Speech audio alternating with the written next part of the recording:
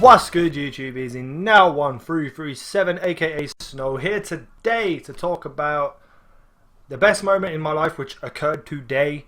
I'm going to tell you about the moment in my life. If you want to just listen to that, that's fine. I'm also going to go into a backstory on why it's so important to me, which may take a bit longer. So if you want to just listen to the news at the start and then click away, that's absolutely fine. If everybody would like to add me on my new YouTube Facebook, make sure you hit up the video description. Very important. I want people to add me on there, and you can also follow me on Twitter. Links in the video description.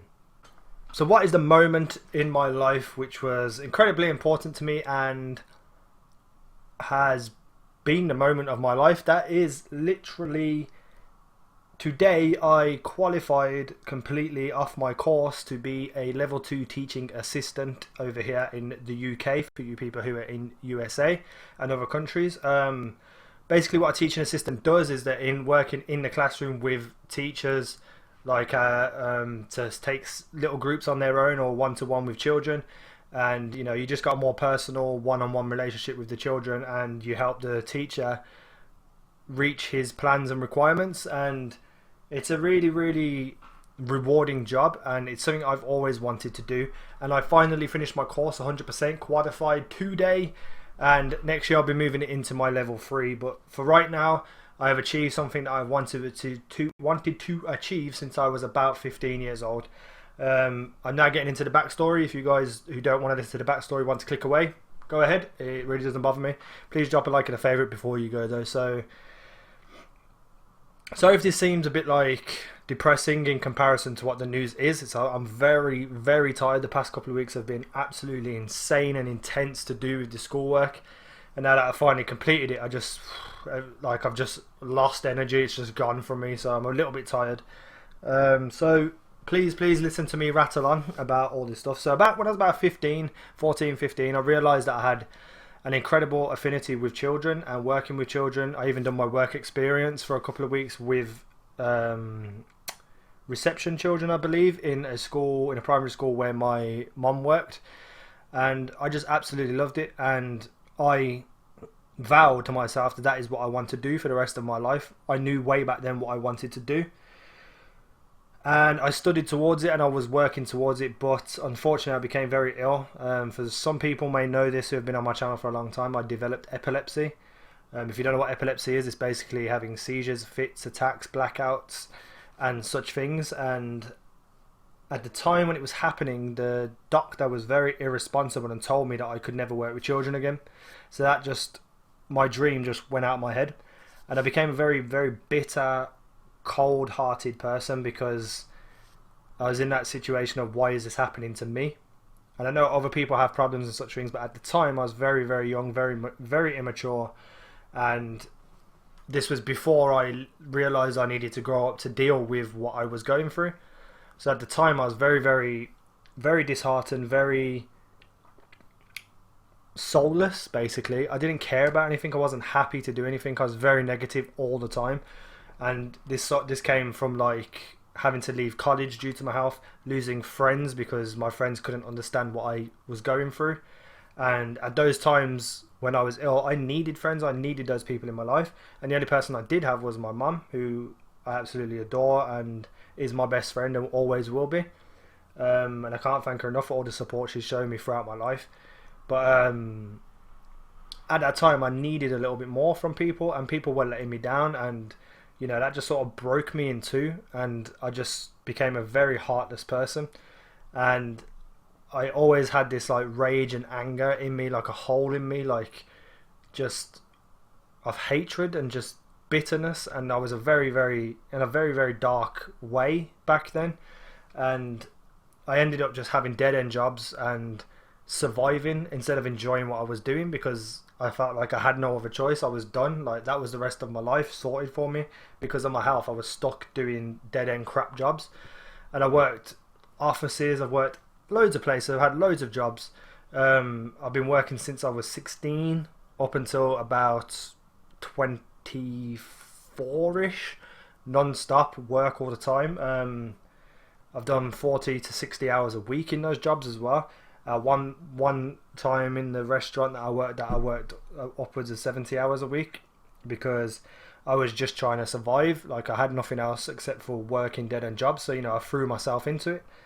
But then because I wasn't enjoying it and I hated it, and obviously it was very tiring, I became even more soulless, even more cold-hearted, even more anger inside me, anger at myself, anger at my health, anger at my life, and I just hated everything. And it wasn't until I started working in a supermarket, Asda, Walmart, where I sort of found my way a little bit, because the people that I met there were pretty cool, but I also felt like I was kind of involved with something. There was a community there, or the people, or the customers that would come in every day I would recognize and I'd talk to, so I felt a little bit better about things.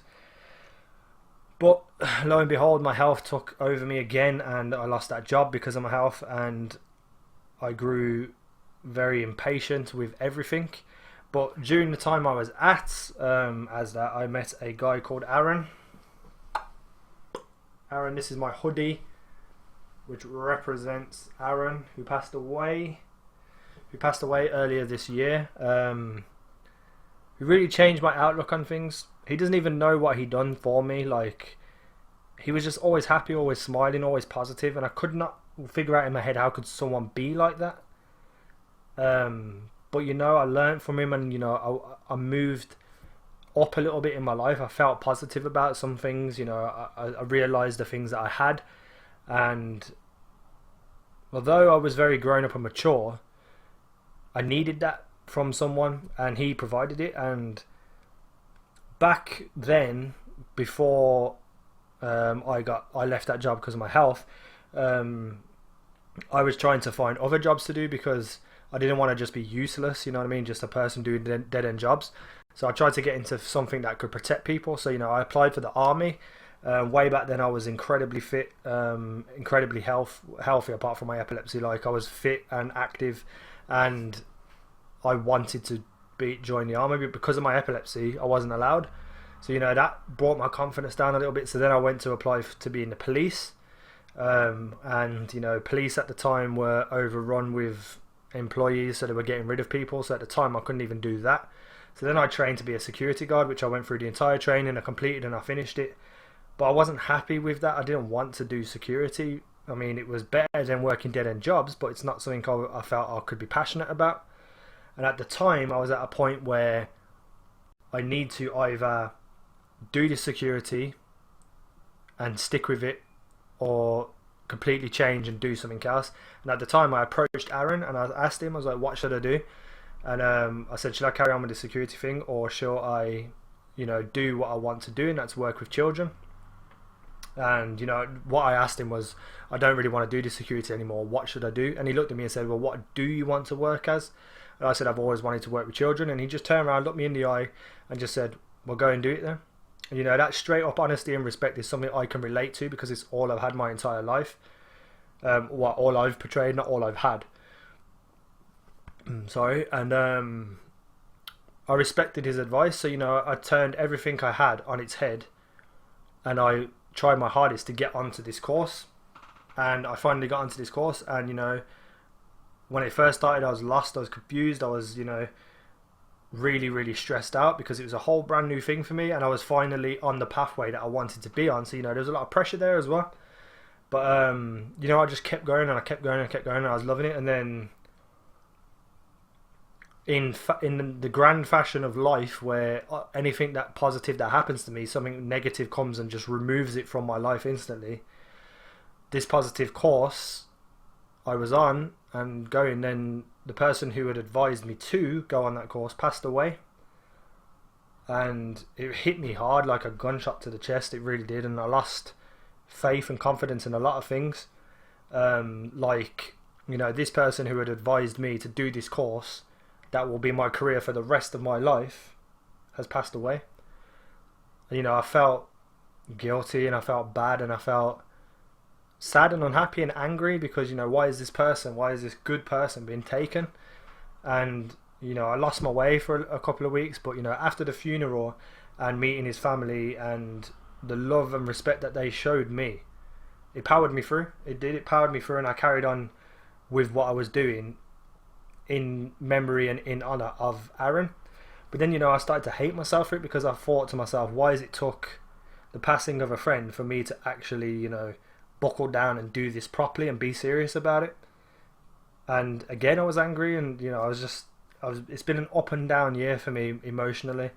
But you know, today I finally got through it, and I finally qualified to be a level 2, and I'm dedicating it to Aaron, because you know he changed my life without him even knowing. He changed my life, and it's a it's a weird day today. My emotions have been so contrasting, from sadness, you know, from missing him, to absolute elation that, you know, I've done something that I've always wanted to do since I was 15.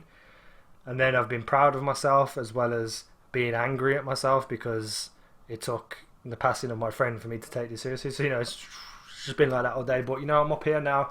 I'm higher than I've been in a long time. I'm very confident, very happy in what I'm doing. I'm happy in my life. And I'm looking forward to the future, and I can't wait to see what it brings. And it's all because, well, not all because of Aaron, but, you know, he put me on that road, and I worked hard at it. And, you know, that's the real reward for me, is that I worked hard at it, because other things in my life that I've had, and jobs and stuff, I haven't worked hard at it. I've just done the bare minimum to get by, because I didn't care. So this job was me, you know, throwing myself into it and doing everything I possibly could.